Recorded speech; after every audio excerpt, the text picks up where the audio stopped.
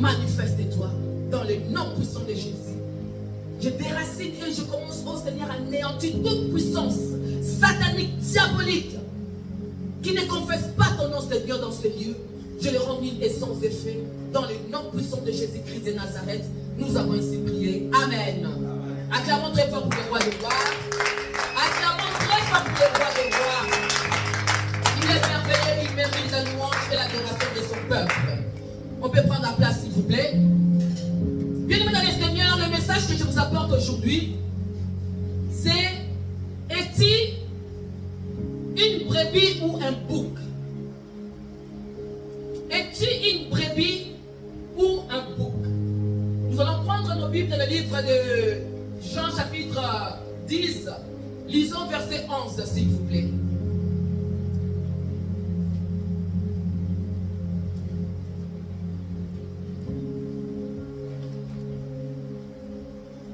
Celle ou celui qui est dans la page peut m'aider à lire, s'il vous plaît, le plus vite.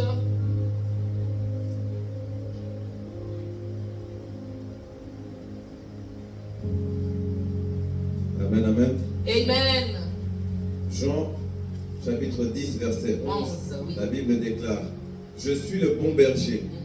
Le bon berger donne sa vie pour ses brebis. Amen. Amen. Va encore dans le verset 12. Celui qui n'est pas le berger, qui n'est pas le propriétaire des brebis, mais que l'on paye pour les garder, se sauve, lui, dès qu'il voit venir le loup. Et il abandonne les brebis. Alors le loup se précipite sur elles. Il s'empare de quelques-unes et disperse le troupeau. Voilà, bien aimé dans le Seigneur. Comme je n'ai pas beaucoup de temps, normalement j'ai 4 versets, mais le plus important est qu'on comprenne ce que Dieu a préparé pour aujourd'hui. Déjà, le thème de mon message, comme je vous ai dit, c'est: es-tu une brebis ou un bouc? Alors, nous allons comprendre qu'est-ce que Dieu veut nous parler encore aujourd'hui. Vous savez, nous sommes en train de préparer une église à la seconde venue de Christ et de transformer vraiment chaque enfant de Dieu à être une véritable ouvrier des temps de la fin, afin que le règne de Dieu que ça soit établi vraiment ici sur la terre. Alors,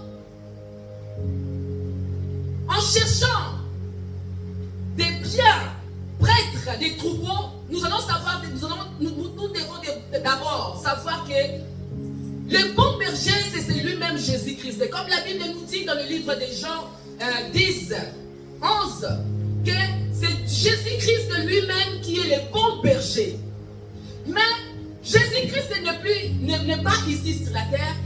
La Bible dit que non, étant monté au ciel, dès qu'il a monté au ciel, il a amené les captifs et qu'il a fait des dons dans l'église. Qui veut dire, c'est qu'il avait pris ici sur la terre et il les a amenés en haut et il les a descendus dans les églises et il a donné comme des dons dans l'église, comme des pasteurs, on a des apôtres, des prophètes, des évangélistes et des docteurs. Jésus-Christ a laissé ses 5 ministères. Alors il a laissé ses instruments que lui-même avait préparés là aux cieux. Il les a donné quelque chose pour venir prêter ses troupeaux. Quand Jésus dit que je suis un bon berger, c'est parce qu'un berger a des troupeaux. Un berger a des animaux. Un berger a des troupeaux qu'il est en train de prêter. Alors, nous allons voir. Il y a des types des animaux que la Bible nous a montrés. Nous avons des brebis et des boucs. Alors, bien aimé dans le Seigneur, dans le livre de Jean chapitre 3 verset 16, la Bible dit: Dieu a tant aimé le monde qu'il a envoyé son Fils unique, afin que quiconque croit à lui ne périsse pas, mais qu'il ait la vie éternelle. Ici, j'aimerais bien accentuer, même insister en train de dire que non, Dieu n'a pas aimé l'église, mais Dieu a aimé tout le monde. Il a aimé le monde entier. Dieu n'a pas aimé les pasteurs, mais Dieu a aimé tout le monde. Et la recommandation que Jésus d'aller faire de toutes les nations des disciples. Nous sommes là, un enfant de Dieu doit être celui qui va aller gagner. Pourquoi? Nous avons la nature de ces deux personnes que je vous ai dit, de bouc et de brebis. Un brebis a ses caractéristiques. Un brebis est docile. Un brebis, c'est quelqu'un qui est obéissant.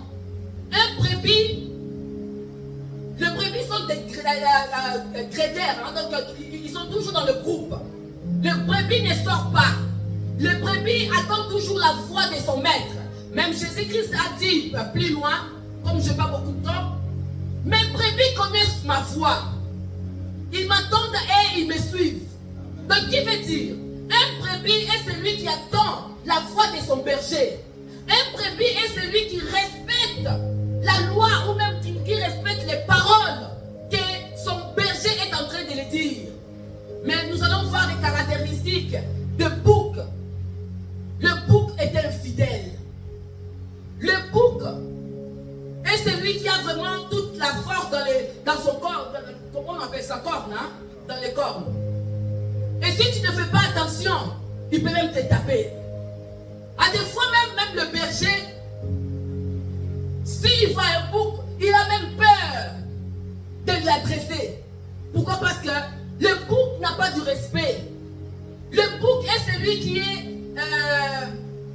veut être conduit toute seule, comme il veut. Il ne veut pas écouter la voix de son berger. Le bouc est celui qui vient pour disperser des brebis. Et vous allez voir, même dans l'église, nous avons deux types de ces animaux. Donc nous avons des brebis, ceux qui marchent conformément à la parole de Dieu. Pourquoi? Parce que quand Jésus-Christ a envoyé ses serviteurs comme des pasteurs, qui sont là parce que le troupeau ne peut pas être laissé comme ça sans un berger. Il faut toujours un berger. Alors l'église locale, l'église à laquelle nous sommes, doit toujours être conduite par un berger.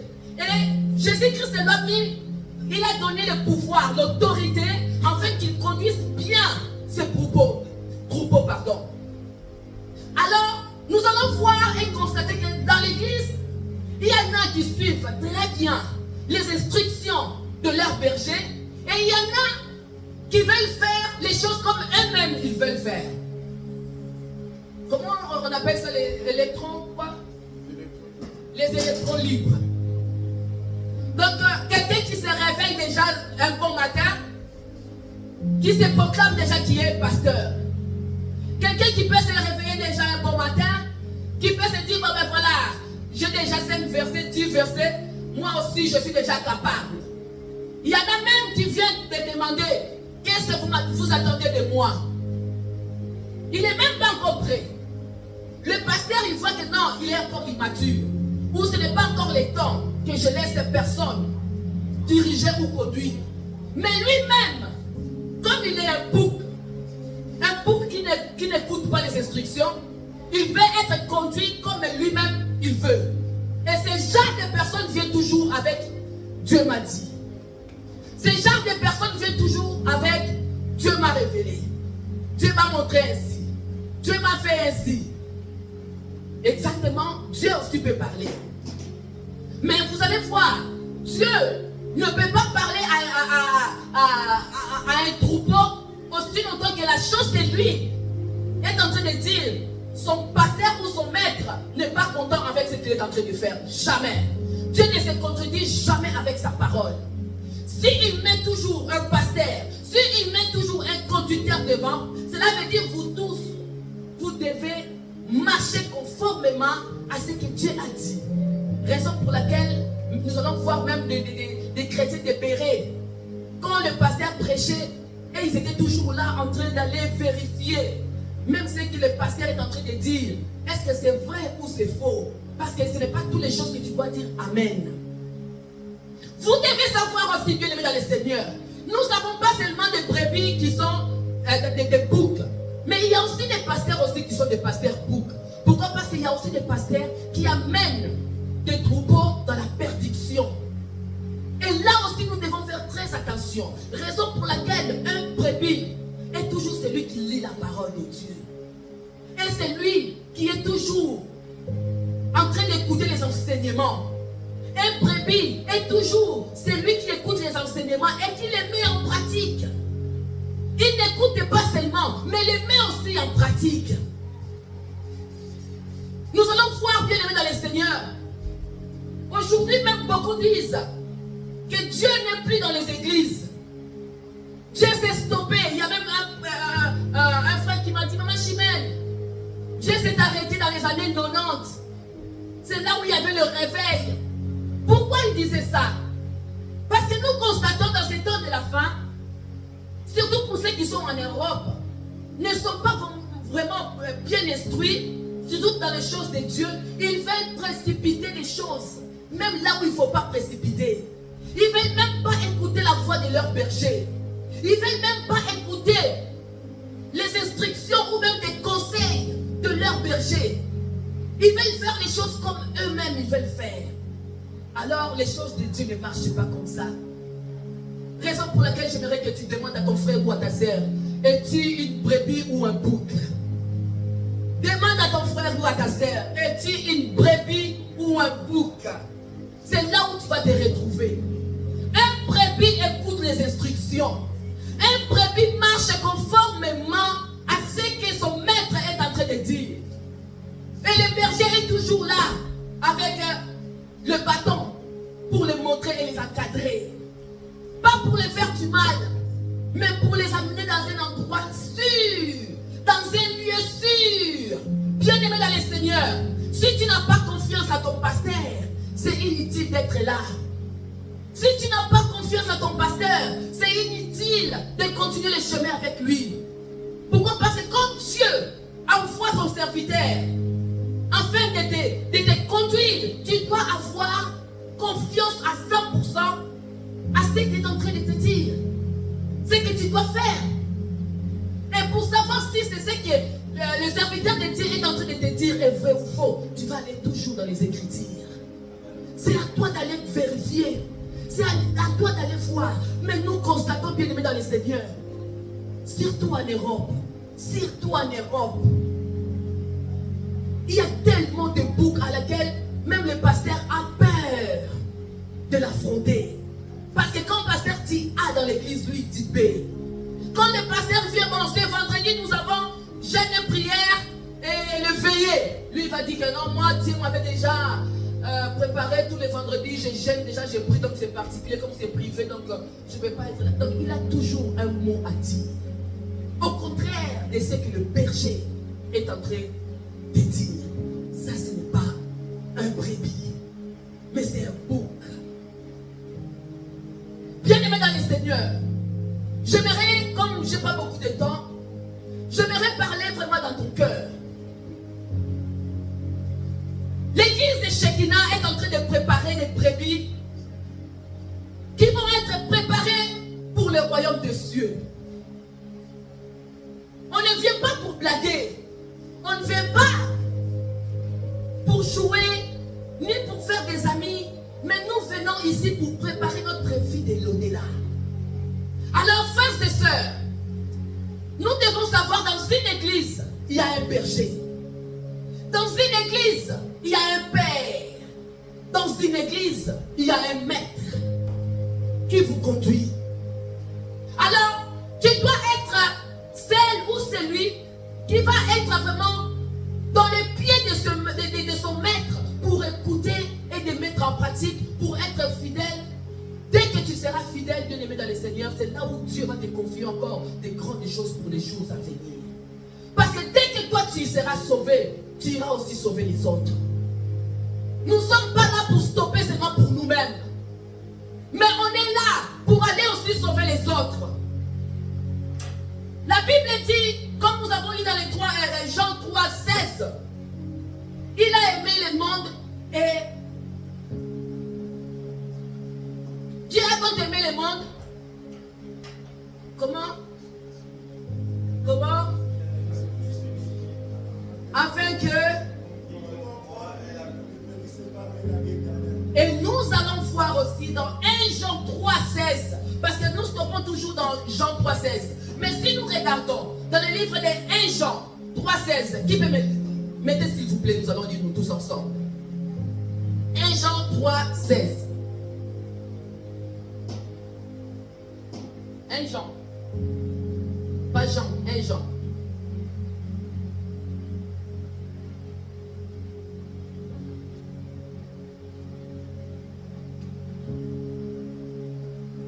Jean 3,16. Voici comment nous savons ce que c'est qu'aimer. Jésus-Christ a donné sa vie pour nous. Nous devons nous aussi donner notre vie pour nos frères. Alléluia. Bien-aimé dans le Seigneur, Jésus-Christ a donné sa vie pour toi. Donc c'est à toi maintenant aussi d'aller donner aussi ta vie pour les autres. Qui veut dire, il y a quelqu'un d'autre qui t'a gagné. Toi aussi tu dois sacrifier ta vie pour aller gagner encore quelqu'un d'autre. Les brebis se reproduisent. Les brebis donnent du lait. Les brebis se multiplient. Les brebis ne restent pas toujours seules. Mais les brebis sont toujours dans les troupeaux et dans les groupes. Raison pour laquelle, quand ils sont dans les groupes, c'est un peu difficile aussi que les lions viennent l'attaquer. Pourquoi? Parce qu'ils sont toujours grégaires. Mais vous allez voir, ceux qui sortent toujours dans l'enclos, c'est là où ils ont des difficultés et c'est là où les diables viennent les taper. C'est où celui qui sort de l'enclos, c'est là où ils sont attaqués. J'aimerais encore ce matin ou cet après-midi dire à quelqu'un, soyez des brebis. Soyez des brebis et non des boucs. Un bouc, c'est un têtu. Un bouc fait les choses comme il veut. Un bouc veut se conduire comme lui-même il veut. Il est dans l'église, mais il ne veut pas attendre les instructions du pasteur. Mais un brebis est celui qui respecte. Un brebis est celui qui est à l'écoute. Comme la Bible dit, mes brebis connaissent ma voix. Un brebis écoute la voix du Seigneur. Et la voix du Seigneur sort de la bouche de son serviteur. La voix du Seigneur sort dans la bouche de son serviteur qu'il a envoyé.